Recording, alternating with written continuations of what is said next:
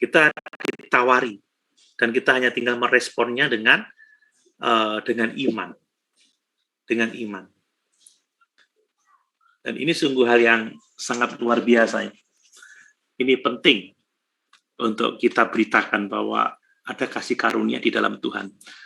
Nah, kemudian keselamatan selain menyatakan kemuliaan dan kasih Allah, keselamatan itu memanifestasikan kekudusan Tuhan gitu.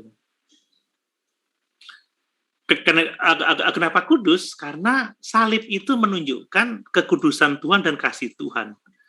Jadi di salib itu bertemu antara kasih dan kekudusan Tuhan. Gitu. Jadi dalam kasihnya Tuhan itu menginginkan manusia dipulihkan hubungannya dengan Dia, tetapi dosa menuntut penghukuman. Makanya Dia mengutus Yesus untuk memikul dosa-dosa kita supaya melalui karya penebusan itu kekudusannya dipuaskan. Maksudnya seperti itu.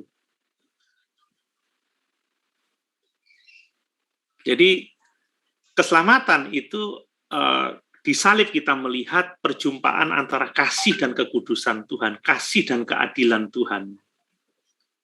Gitu. Jadi Allah menginginkan persekutuan dengan manusia dipulihkan, itu kasih, dan Allah menetapkan Yesus sebagai penghukuman atau memikul dosa itu sebagai bentuk kekudusannya. Jadi yang namanya dosa mau tidak mau harus dihukum, tetapi kasih membuat Allah ingin memulihkan hubungannya dengan manusia, dan kekudusan menuntut Allah mengorbankan anaknya yang tunggal untuk mendamaikan kekudusannya. Jadi di salib kita melihat perjumpaan antara kasih dan kekudusan Tuhan. Ya, ini yang penting seperti contoh Adam kan manusia sempurna ya. Sehingga dia harus ditebus dengan manusia sempurna juga. Makanya Yesus itu disebut sebagai Adam yang kedua. Ini ya. Jadi itu menjadi sangat penting. Oke, mungkin sampai sejauh ini ada pertanyaan mungkin, ada sharing mungkin. Iya, mau bertanya Pak Doni. Silakan Pak Tangan. Dari salah satu poin mengatakan bahwa keselamatan itu mengungkapkan perkenan Allah yang tidak bersyarat. Apakah maksudnya tidak bersyarat ini? Ya, artinya bahwa tidak bersyarat itu tidak ada kebaikan dalam diri kita pun sebenarnya yang membuat Allah itu harus menyelamatkan kita. Itu namanya kasih karunia.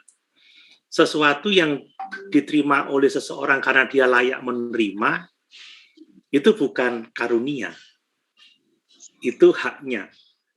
Tapi keselamatan ini kan tidak bersyarat, artinya kita tidak memenuhi kualifikasi untuk menerima itu, sehingga itu diberitakan sebagai karunia karena kita tidak layak menerimanya.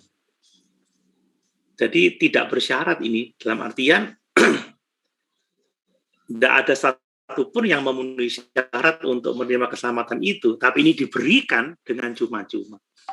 Nah, mengenai bagaimana kita menerima kasih yang tidak bersyarat ini, yaitulah ditentukan dengan cara percaya, iman.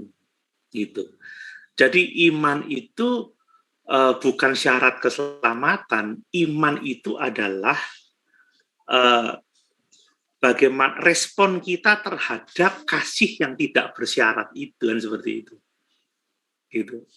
Dan apakah respon iman ini dari manusia itu bukankah itu merupakan satu syarat yang dituntut Tuhan? Kenapa kalau kita nggak meresponi seperti sekalipun keselamatan diperuntukkan untuk semua umat manusia, tetapi hanya bagi mereka yang percaya. Berarti bukankah ini percaya atau beriman atau meresponi keselamatan itu merupakan juga salah satu hal yang dilakukan oleh manusia? Bukan seperti yang pandangan predestinasi, manusia tidak bisa berbuat apa-apa, kerusakan total, tidak ada sama sekali hal-hal yang baik dalam diri manusia. Apakah itu respon iman itu, bukankah itu salah satu hal yang dituntut Tuhan dalam diri manusia? Jadi gini ya, kita harus membedakan.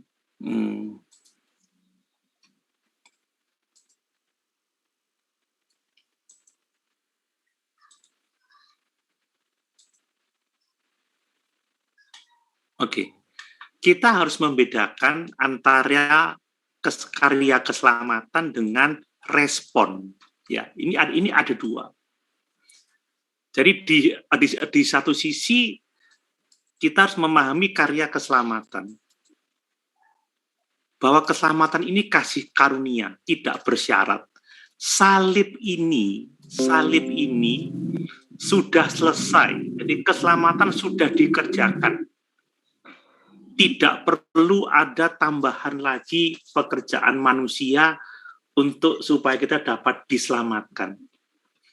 Jadi manusia bisa menerimanya, siapa saja. Jadi dari sisi karya ini sudah selesai.